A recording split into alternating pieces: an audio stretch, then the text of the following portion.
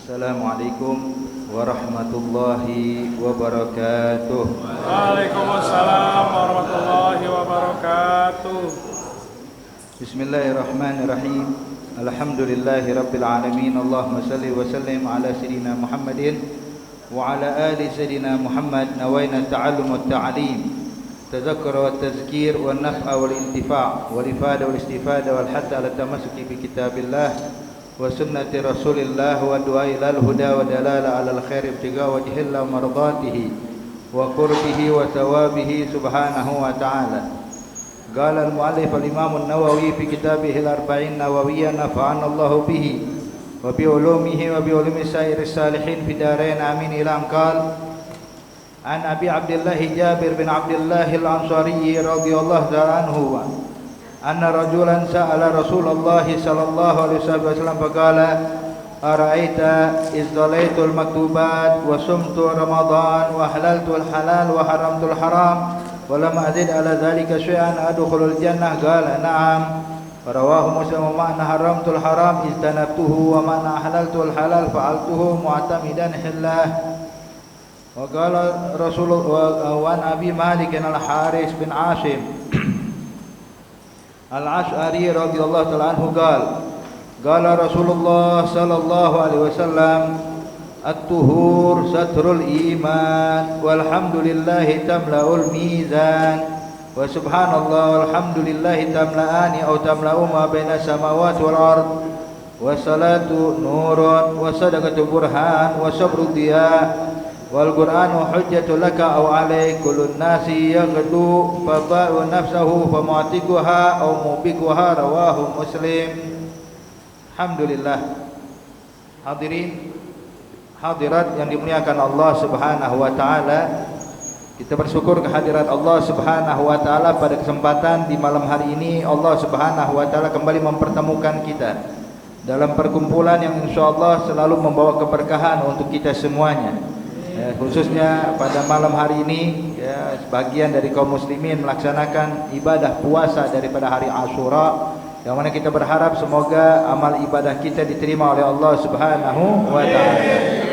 Kemudian juga hadirin hadirat yang dimuliakan Allah, melanjutkan pelajaran kita pada hadis ke-22 diriwayatkan oleh Abi Abdullah Jabir bin Abdullah radhiyallahu anhuma wa ardahuma, bahwasanya satu orang pernah datang kepada Rasulullah sallallahu alaihi wasallam.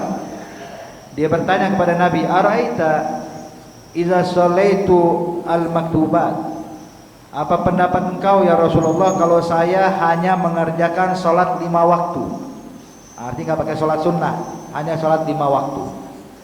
Wa sumtu ramadan, dan saya hanya berpuasa wajib di bulan Ramadan, enggak puasa sunnah, hanya puasa wajib. Wa halaltul halal, dan saya menjalankan atau melaksanakan semua yang dihalalkan Allah. Wa haramtul haram, dan saya menjauhi perkara yang diharamkan Allah.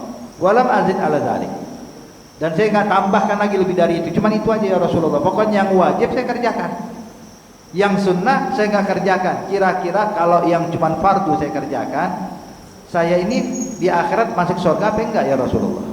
Ada khulul jannah? Faqala na'am. Iya, kalau kau lakukan dengan benar ya.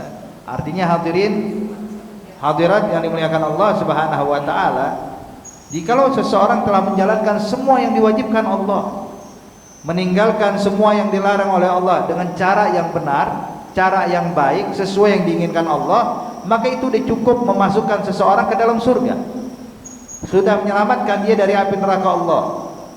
Namun kenapa kok disyariatkan sunnah? Ada ibadah sunnah, ada sholat sunnah, ada puasa sunnah, ada bukan cuma zakat aja, ada sedekah ya. Kenapa ada amalan-amalan sunnah kalau yang fardu aja sebenarnya udah cukup ya. Maka dijelaskan oleh ulama bahwasanya fungsinya perkara sunnah ini adalah jabrul khalal fil faridah. Fungsinya amalan sunnah adalah untuk menyempurnakan kekurangan dari amalan fardu yang kita laksanakan. Sebab kita sadar Pak ya, sholat fardu kita nggak bisa khusyuk ya. Mau khusyuk benar-benar sulit ya. Puasa kita masih belum sempurna, zakat kita masih belum sempurna, amalan wajib kita masih belum sempurna. Maka kalau kita menyadari kayaknya nih ibadah yang saya lakukan yang fardu ini masih banyak kurangnya, nah sunnah kerjakan, amalan sunnah. Jadi amalan sunnah itu untuk menutupi kekurangan, jabrul khalal, untuk menutupi atau menyempurnakan kekurangan yang kita lakukan pada amalan fardu. Nah kalau kayak sahabat ini Pak yang bertanya pada Nabi, kira-kira kalau saya amalin yang fardu doang masuk surga nggak? Ya masuk surga. Sahabat, ya, khusyuk sholatnya, ibadahnya benar, arti dia benar-benar menjalankan ibadah sungguh-sungguh. Kalau kita coba, kadang kalau sholat khusyuknya pas takbiratul ihram doang ya. Takbiratul ihram khusyuk benar, Allahu Akbar. Cuma pas takbiratul ihram mulai macam-macam kepikiran. Nah, makanya di sini kalau kita menyadari kalau kita masih banyak kurang, maka perbanyak amalan sunnah. Makanya Al-Imam Al-Ghazali bilang, Imam Ghazali bilang, sesungguhnya seseorang itu kalau mengamalkan yang fardu aja, itu udah cukup menyelamatkan dia dari api neraka Allah. Udah cukup menyelamatkan dia dari api neraka Allah. Cuma kalau dia tambahkan dengan perkara sunnah, amal-amal yang baik, tambahan-tambahan lainnya, maka itu bisa meningkatkan derajatnya di sisi Allah. Jadi fungsinya sunnah cuma bukan hanya menutup kekurangan, mengurangi menyempurnakan ketidaksempurnaan, tapi juga menambahkan kedudukan. Jadi orang kalau makin banyak amalan sunnahnya Pak, makin tinggi kedudukannya di sisi Allah. Kata. Makanya jangan sungkan ngamalin amalan sunnah, perbanyak. Kita butuh dengan sunnah. Itu disebutkan bahwasanya kata Imam Ghazali, orang yang mengamalkan fardu itu sudah cukup menyelamatkan dia dari api neraka Allah. Kalau ditambahkan amalan sunnah itu bisa meningkatkan derajat dia, meninggikan kedudukannya di sisi Allah Subhanahu wa taala.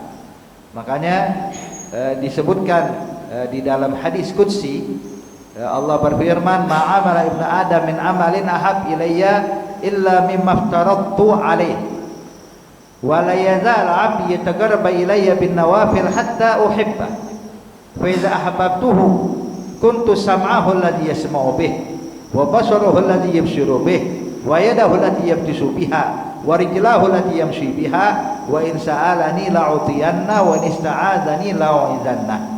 Allah berfirman, Allah nyatakan di dalam hadis qudsi, tidak ada amalan yang paling disukai Allah yang dilakukan hamba-hambanya melebihi daripada amalan fardu. Jadi amalan fardu, amalan wajib ini kalau kita kerjakan itu adalah penyebab datangnya cinta Allah kepada kita. Kemudian Allah nyatakan, wala yazalu 'abdi yataqarraba ilayya bin nawafil. Namun ini orang sudah mengerjakan yang fardu, terus ditambah lagi dengan mengamalkan amalan sunnah. Nggak cukup dengan fardu, dia sunnah dikerjain juga sama dia. Amalan sunnah dilaksanakan oleh dia hingga Allah benar-benar cinta pada itu hamba. Hatta uhibbah, kata Allah, sampai aku pun cinta pada itu hamba. Jadi, kalau Allah ada cinta, apa yang didapatkan? Allah nyatakan fa iza ahbabtuhu.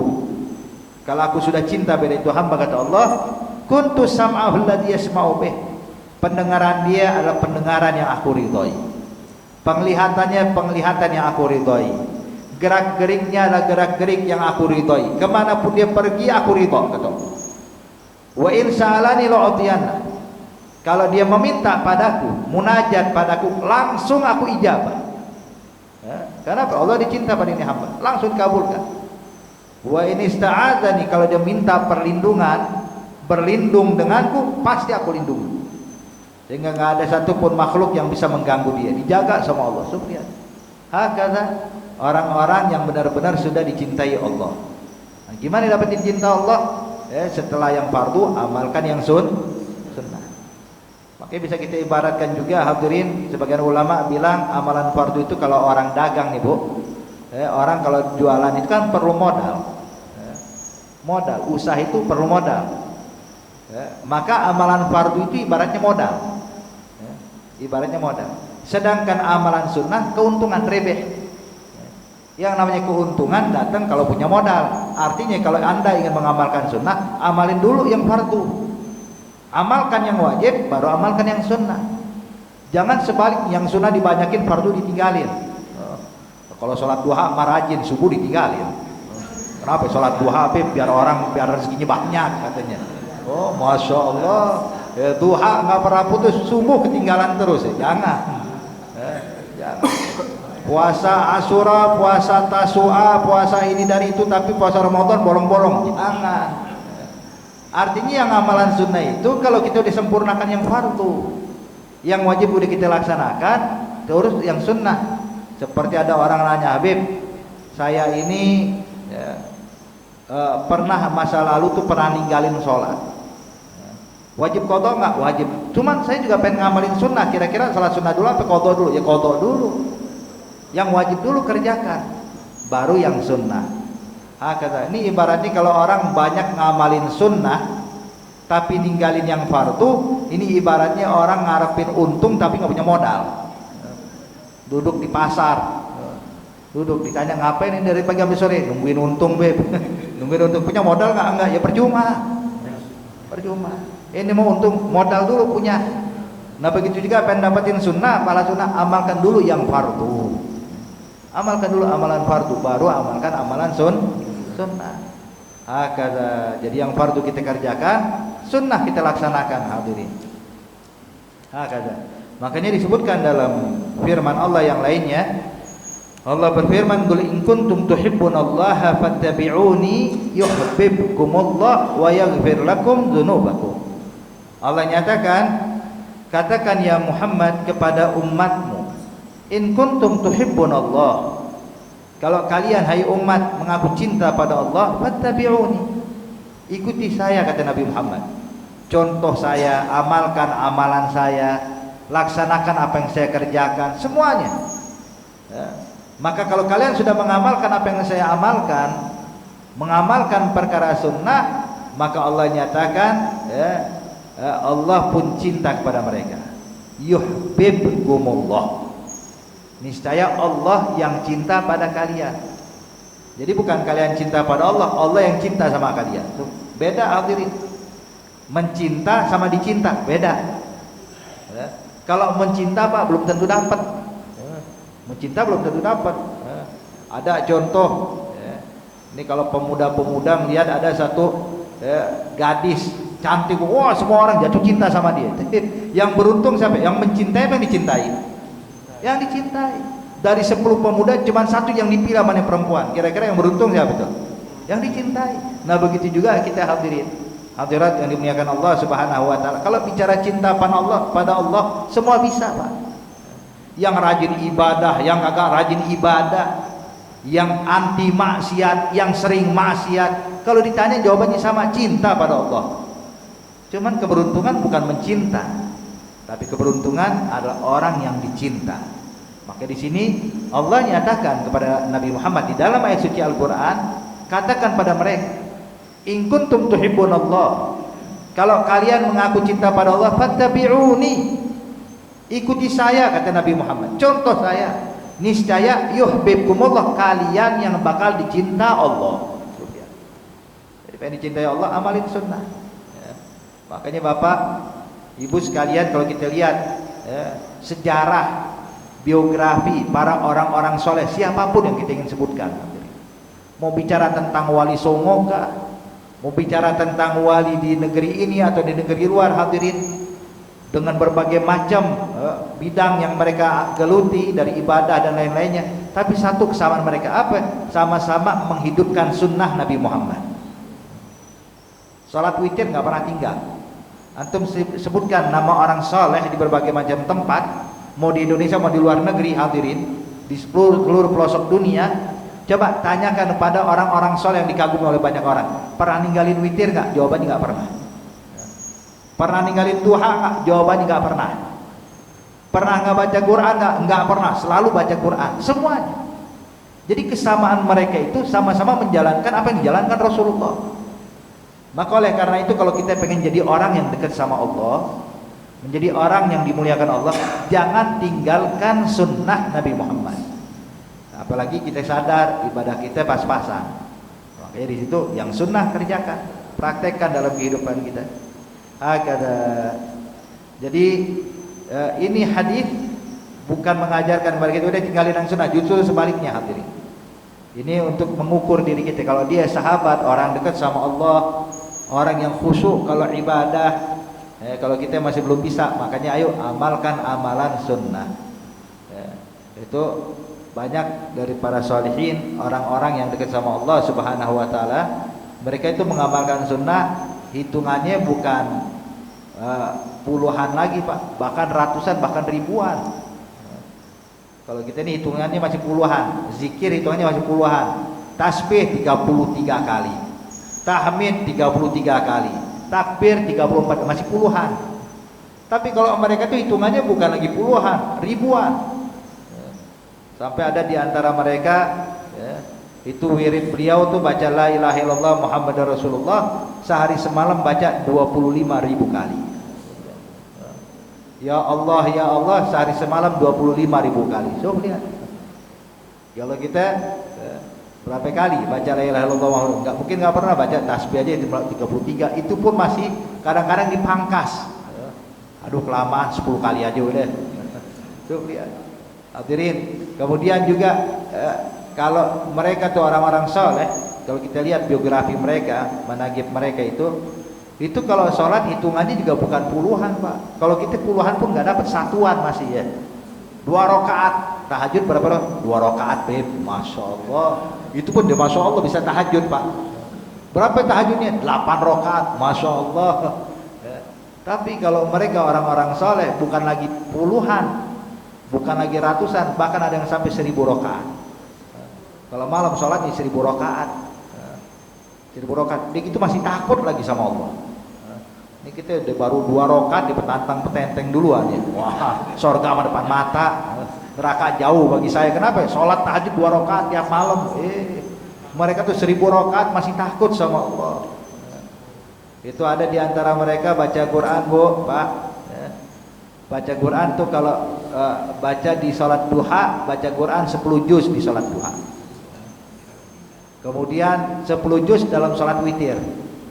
Jadi witirnya baca Quran, duhanya baca Quran. Duha 10 juz, witir 10 juz. Artinya setiap 3 hari sekali khatam Quran 2 kali. Khatam Quran di siang hari, di pagi hari ada waktu duha, khatam Quran di malam hari yaitu waktu tahajud dengan sholat witir. Tuh, kita khatam Quran seminggu berapa kali? Belum. Sebulan berapa kali? Belum. Setahun berapa kali? Ya Allah. Hadirin, ayo, ini anjuran biar kita semangat mengamalkan sunnah. Kerjakan yang sunnah, yang fardu kita kerjakan, sunnah kita laksanakan. Ya Rabb, insyaallah Allah berikan kita taufik, hidayah, sehingga kita bisa menjalankan apa yang diajarkan oleh Nabi Muhammad sallallahu alaihi wasallam.